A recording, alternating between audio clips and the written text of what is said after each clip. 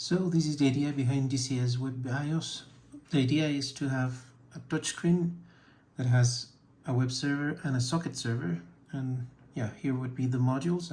For the moment, I have created only the F16 and the F14.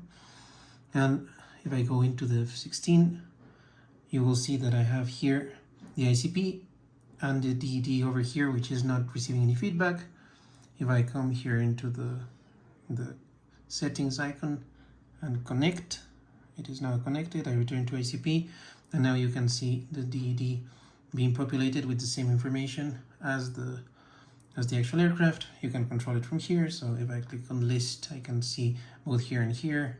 The aircraft is responding to the controls from the touchscreen, which is great.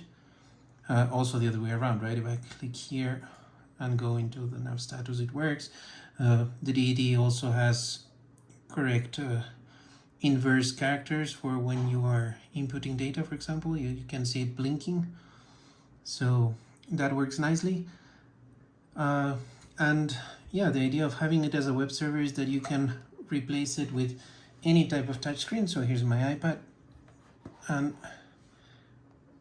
the same idea. I can go, sorry for the crowded space, I can go into the F16, I click on the settings icon over here, connect, now it's connected, I get back here, and I have all the same information.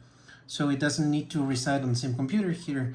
This is a Raspberry Pi with a touch screen included, but anything that works as a web server can work as a virtual machine or even the same DCS window. And here, as you can see, it also works. Yeah, I just put a W there.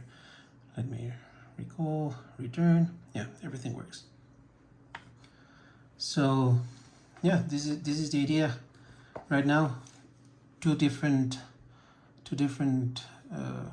mechanisms. One is the socket server, one is the web client.